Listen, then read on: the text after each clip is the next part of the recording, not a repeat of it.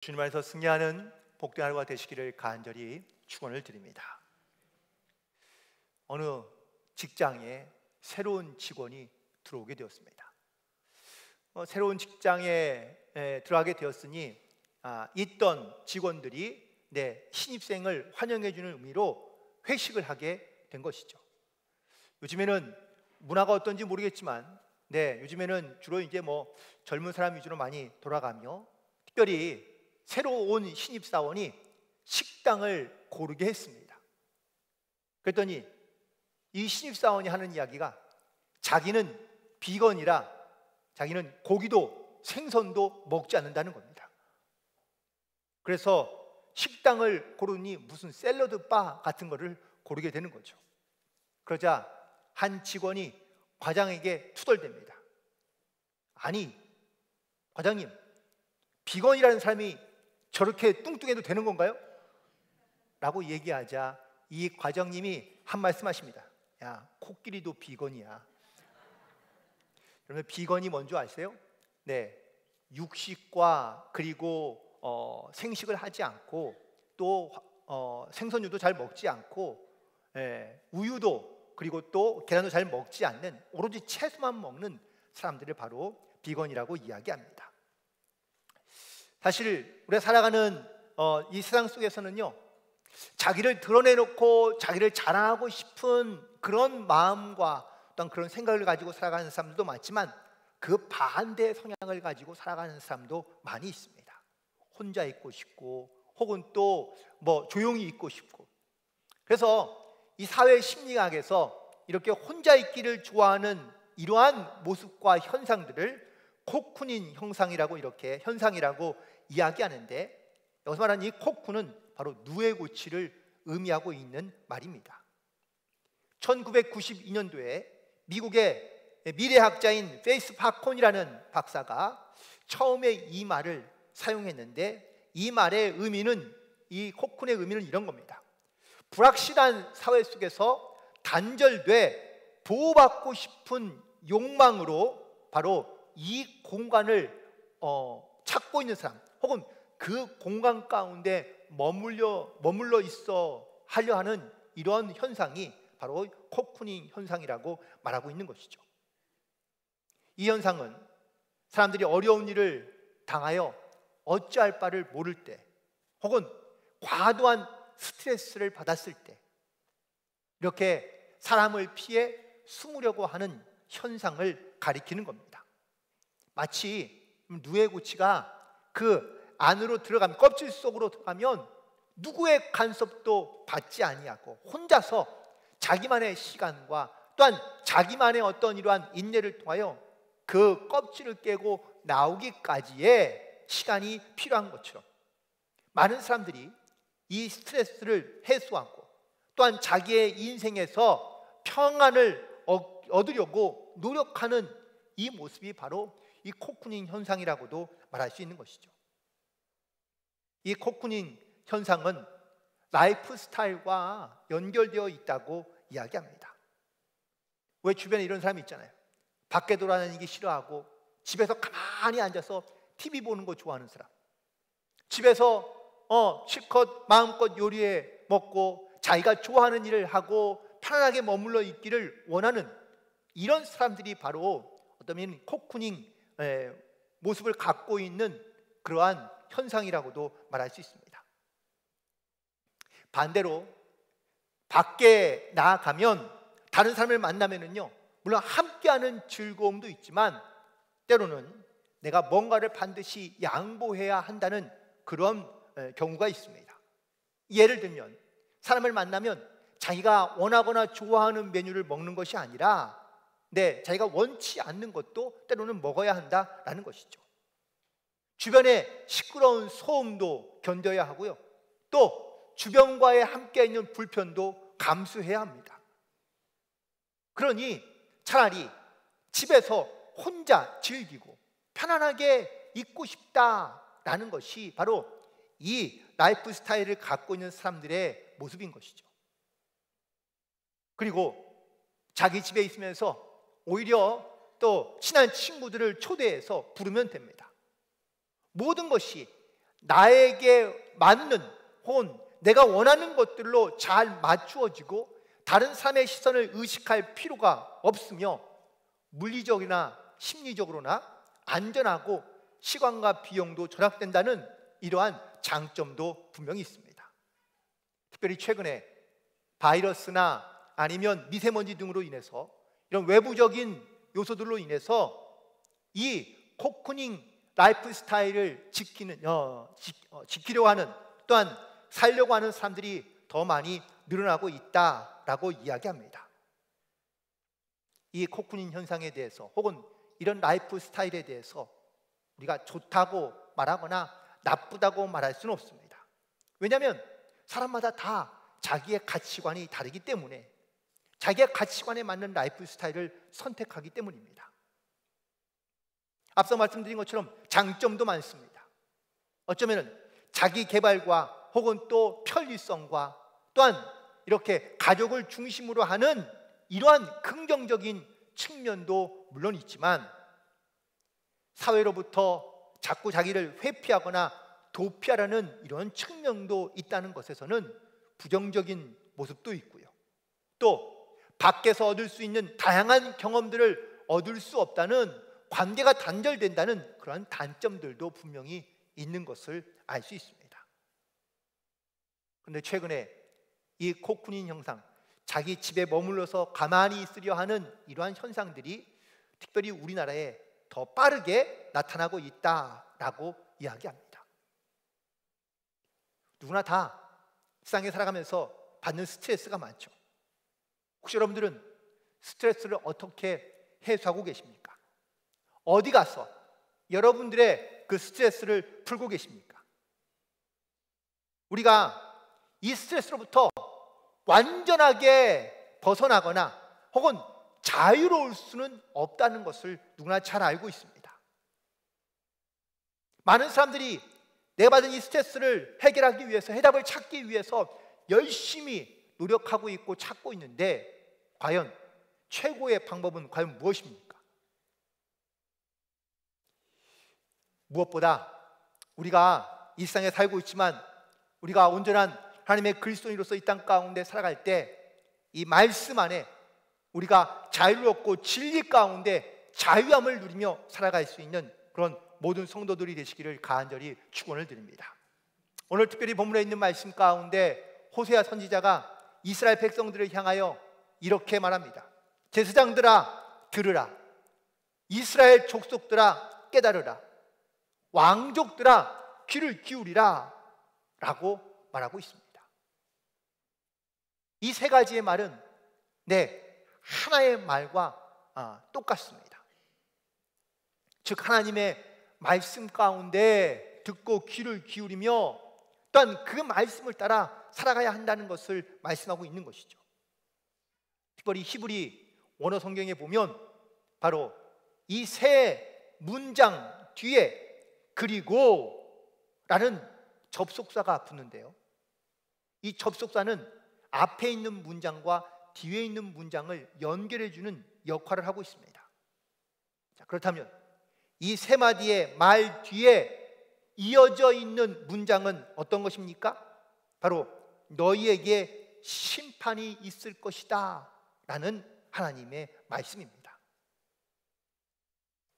하나님은 이스라엘 백성들이 하나님의 말씀을 듣지 아니하며 깨닫지 못하고 그 말씀에 귀를 기울이지 아니하고 있는 이스라엘 백성들을 향하여 너희에게 반드시 심판이 있을 것이다 라고 말씀하시며 이스라엘 백성들이 다시 하나님 앞에 돌아오기를 원하시고 있는 것을 보게 됩니다.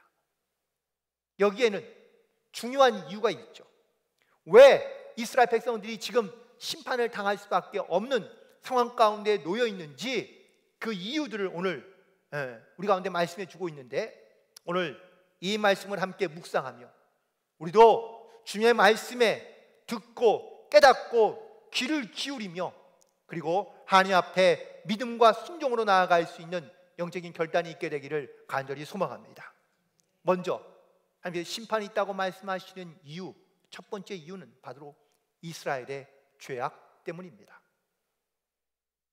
오늘 특별히 본문에 있는 말씀의 1절과 2절 후반절에 1절 후반절과 2절에 보면 미스바에 대하여 올무가 되며 다볼 위에 친 그물이 됩니다. 패역자가 살육죄에 깊이 빠졌다고 말씀하고 있습니다. 그런데 이처럼 이들이 이렇게 죄 가운데 올무가 되고 그물이 되고 또한 이 죄 가운데 빠져 있는 이유, 그 이유가 바로 3절에서 나타나고 있는데, 이스라엘 즉 에브라임이 하나님을 속이고 음행하고 더러워졌기 때문이라고 말씀하고 있습니다. 여기서 말하는 음행은 육체적인 음행을 말하는 것이 아니라 영적인 음행입니다. 다시 말하면 이스라엘 백성들이 하나님을 섬기는 것이 아니라 우상을 숭배하고 있다라는 것입니다. 또한 4절에 이런 음란한 마음이 그 속에 있어 여호와를 알지 못하는 까닭이라고 그 이유를 분명하게 말씀하고 계십니다. 하나님께서 이스라엘 백성들에게 심판이 있다라고 말씀하신 이유는 결국 이스라엘 백성들이 그 안에 하나님 외에 다른 우상을 섬기며 또한 그 까닭으로 말미암아 여호와를 알지 못하는 까닭으로 말미암아 지금 하나님의 심판 가운데 놓여 있다라는 사실입니다.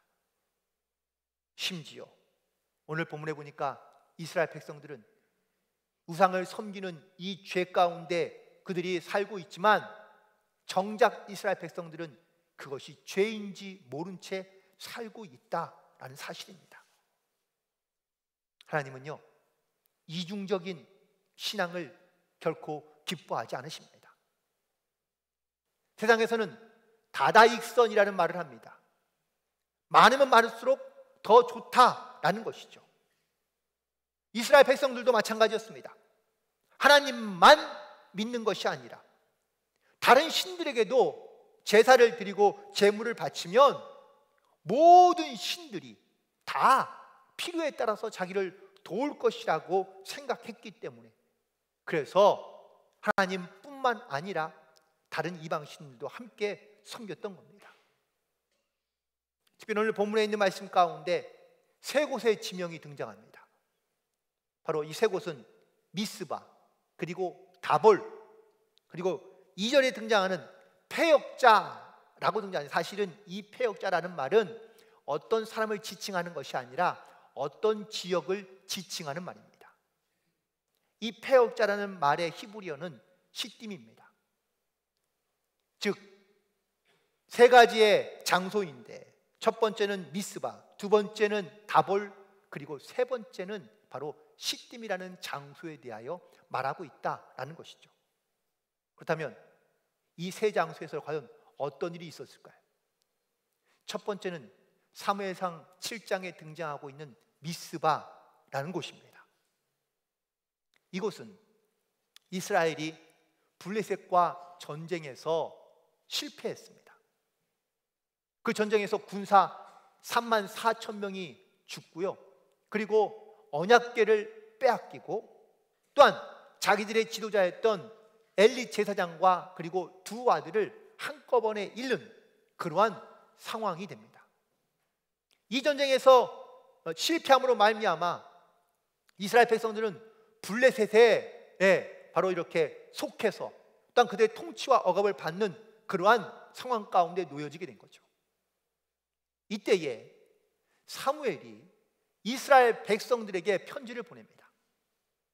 그들에게 편지를 보내면서 다 미스바로 모이라고 이야기합니다. 미스바로 모이게 한 이유는 뭘까요? 이 전쟁에서 패배하고 우리가 이런 고통을 당하는 이유가 하나님을 올바로 섬기지 않고 있기 때문이라는 사실을 사무엘이 깨달았기 때문입니다.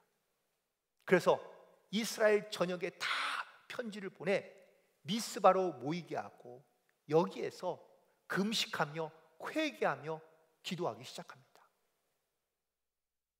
그런데 이 소식을 들은 블레셋이요, 또 이스라엘 백성들이 모여서 전쟁을 준비하는가 싶어서 블레셋이 다시 또 쳐들어옵니다.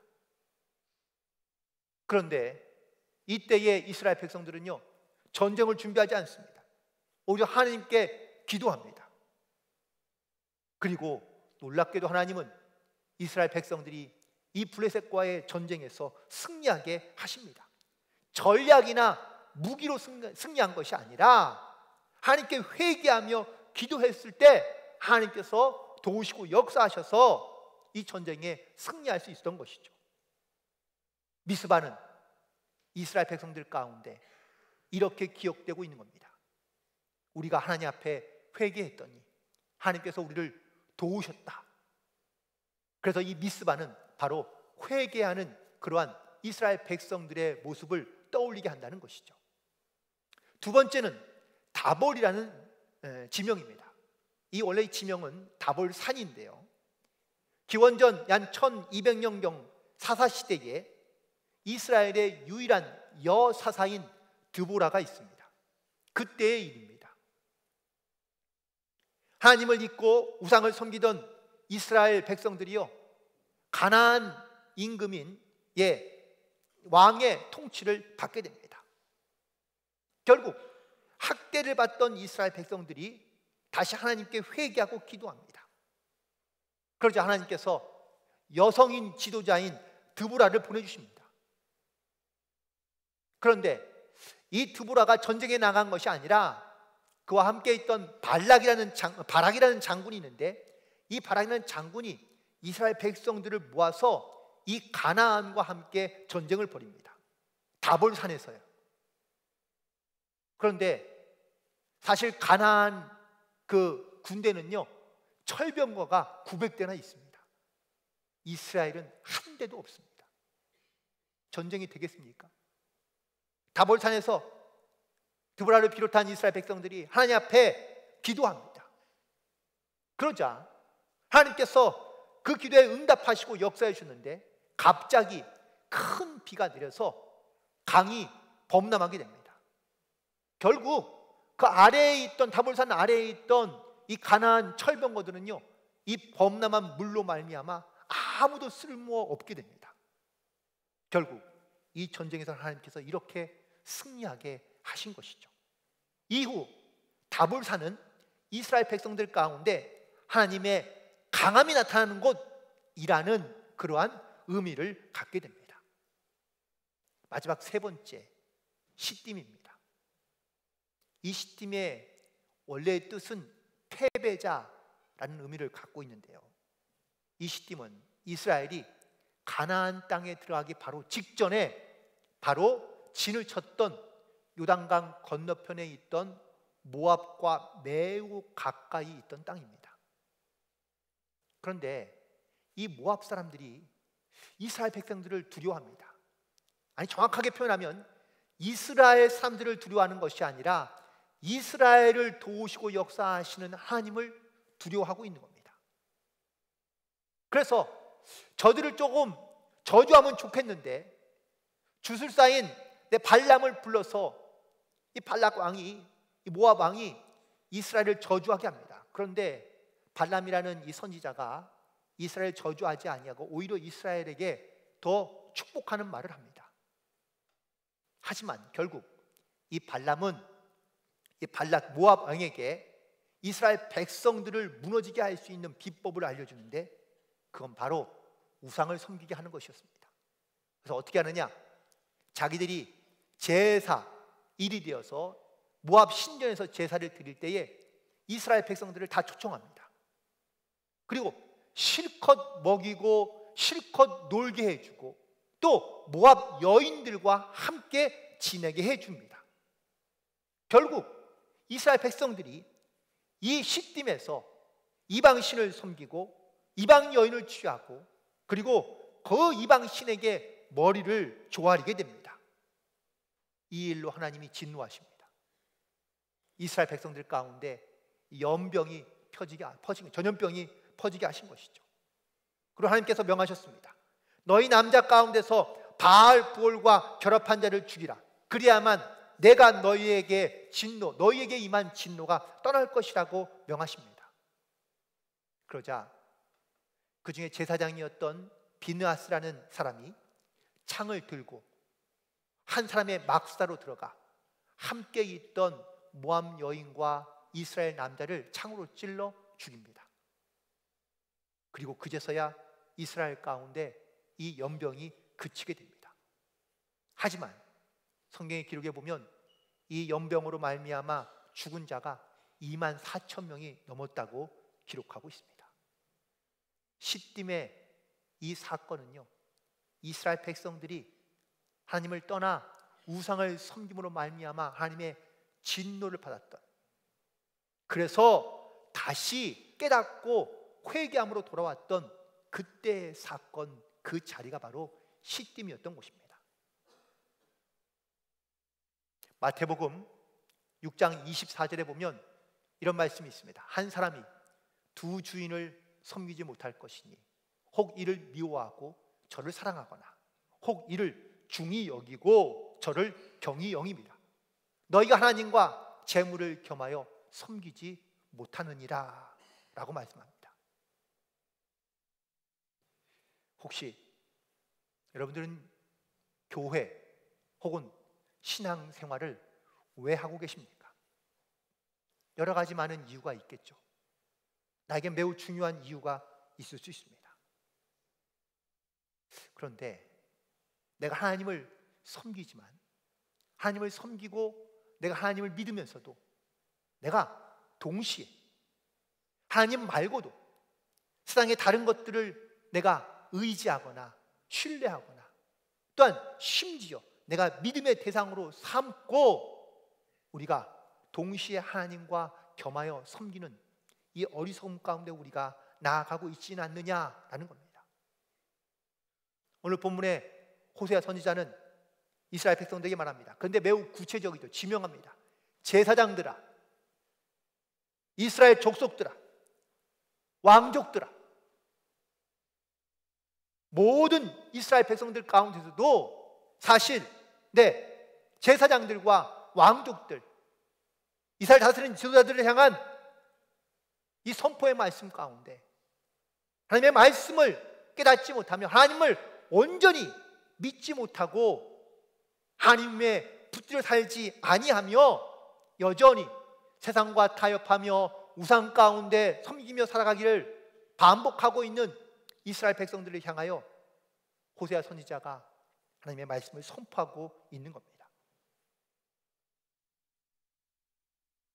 특별히 마치 미스바에서 이스라엘 백성들이 다 모여 회개함으로 하나님께 나아갔을 때에 그때 하나님께서 그 기도를 들으시고 응답하신 것처럼 다볼산에서 하나님께 부르짖고 간구하며 기도했을 때, 시딤에서 회개하며 주님 앞에 나아왔을 때 하나님께서 다시 돌이켜 이스라엘 백성들을 깨닫게 하시고 그리고 다시 그 말씀 가운데 순종하는 삶을 살 수 있도록 하신 것처럼 오늘도 우리가 죄악 가운데 있을지라도 주님께 먼저 회개함으로 말미암아 하나님을 알되 힘써 알며 그 말씀을 따라 믿음을 가지고 순종하며 살아갈 수 있는, 그래서 내 삶이 예배가 되고 예배가 삶이 되는 이러한 믿음의 고백을 가지고 살아가는 모든 성도들이 되시기를 간절히 축원을 드립니다. 그리고 또한 두 번째는 바로 이스라엘의 불성실한 회개 때문입니다. 특별히 하나님은 이스라엘 백성들이 하나님을 잘 알기를 원하셨습니다. 하나님을 알아야 바로 믿을 수 있기 때문입니다. 호세아서 6장 3절에 있는 말씀에 보면 그러므로 우리가 여호와를 알자, 힘써 여호와를 알자. 그의 나타나심은 새벽빛같이 어김이 없나니 비와 같이 땅을 적시는 늦은 비와 같이 우리에게 임한다고 말씀하고 있습니다. 하나님은 이스라엘 백성들이 이처럼 하나님을 떠나 우상을 숭배하는 모습을 보면서 이들이 왜 나를 잘 모를까? 나에 대해서 왜 알려 하지 않을까? 라는 것에 대해서 하나님께서 탄식하며 하시는 말씀이었습니다. 그래서 하나님은 이스라엘 백성들에게 때로는 진노와 어리석음을 깨달을 수 있도록 채찍질 하시는 것이죠. 특별히 호세아서 4장 6절에 있는 말씀을 보면 내 백성이 지식이 없으므로 망하였도다 라고 말씀하고 있습니다. 여기서 말하는 지식은 무엇입니까? 하나님을 아는 지식입니다. 그런데 이 지식은 아는 것으로 끝이 아니라 우리가 믿음으로 고백해야 된다라는 사실입니다. 예수님은 자기를 찾아온 수많은 사람들 가운데 기적과 이적을 행하셨지만 그들에게 꼭 물으신 질문 중에 하나가 내가 믿느냐? 라는 질문을 던지십니다. 우리가 하나님을 아는 것도 중요하지만 내 알미 믿음으로 고백되며 주님 앞에 나아가야 된다는 사실입니다. 그래서 주님은 오늘 다시 호세아서 6장 3절에 그래서 더욱 힘써 여호와를 알라라고 말씀하고 있습니다. 힘써 알라는 말은 순종을 통하여 증인의 삶을 살아가라 라는 말씀이기도 합니다. 하나님을 알긴 알지만 이스라엘 백성들은 제대로 알지 못한 것입니다. 그러니 하나님을 더 알려 하지 아니하고 힘써 알려 하지 아니하며 우상과 겸하여 섬기며 잘못된 길로 가고 있는 겁니다. 심지어 이 길이 그들은 죄인지 잘못된 길인지 알지 못하며 그 길을 가고 있다라는 사실입니다. 요한복음 4장 23절에 있는 말씀에 보면 아버지께 참되게 예배하는 자들은 영과 진리로 예배할 때가 오나니 곧 이때라. 아버지께서는 자기에게 이렇게 예배하는 자들을 찾으신다고 말씀하고 있습니다. 하나님은요 이스라엘 백성들에게 분명히 말씀하십니다. 나는 인애를 원하고 제사를 원치 않는다. 여기서 인애는 하나님을 사랑하는 겁니다. 그런데 하나님은 하나님만 사랑하는 것이 끝이 아니라 내 이웃을 내 몸과 같이 사랑해야 한다는 것도 말씀하고 있습니다. 하나님을 아는 것 또한 하나님을 사랑하는 것, 이것이 바로 우리가 하나님을 알기에 힘써야 할 일인데 우리는 지식적인 알매만 멈추어 있는 경우가 많습니다. 우리의 알미, 우리의 하나님을 아는 지식이 바로 타인을 향해 인애하는, 사랑하는 것까지 확장되어 나아가야 될 줄로 믿습니다. 만약에 우리가 하나님을 알되 타인을 향한 사랑하는 마음이 없다면 이건 하나님을 아는 게 아니라는 겁니다. 그러므로 하나님을 알되 힘써 알고 또한 하나님을 사랑하면 또 그 하나님을 사랑하는 마음을 가지고 이웃을 사랑하며 또한 세상을 사랑하며 살아가는 것이, 이것이 바로 하나님을 알아가는, 또한 하나님을 믿고 순종하는 성도들의 모습인 줄로 믿습니다. 오늘 말씀을 정리하면서 하나님을 사랑하면 과연 우리는 어떻게 달라지게 될까? 또 반대로 내가 하나님의 사랑을 외면하면 나는 과연 이 땅에서 어떠한 삶을 살아갈 수 있을까? 어떤 사람들은 하나님 없이도 충분히 살아갈 수 있다고 이야기합니다. 틀린 말은 아니지만 하나님 없이 살아가는 사람들의 여러분들 모습을 보면 여기에는 인간의 오만과 그리고 또한 자기 기만과 그리고 조금 더 사랑과 혹은 평안이 있고 또한 그 안에 기쁨과 행복이 넘치는 삶을 살아가는 것보다 하나님 없는 인간의 역사는요, 파멸과 파괴 그리고 미움과 시기와 질투로 점철되어 있는 것을 우리는 알게 됩니다. 사람에게는 자기를 구원할 수 있는 아무런 능력도 없습니다. 그렇기 때문에 우리는 하나님을 알아가야 합니다. 하나님의 말씀을 들어야 되고 하나님의 말씀을 깨달아야 되고 하나님의 말씀에 귀를 기울이며 살아가야 될 줄로 믿습니다. 호세아 선지자가 이스라엘 백성들을 향하여 들으라, 깨달으라, 귀를 기울이라 라고 선포했을 때 이스라엘 백성들의 반응은 어땠을까요? 모르긴 몰라도 지금 이 분위기였을지 모릅니다.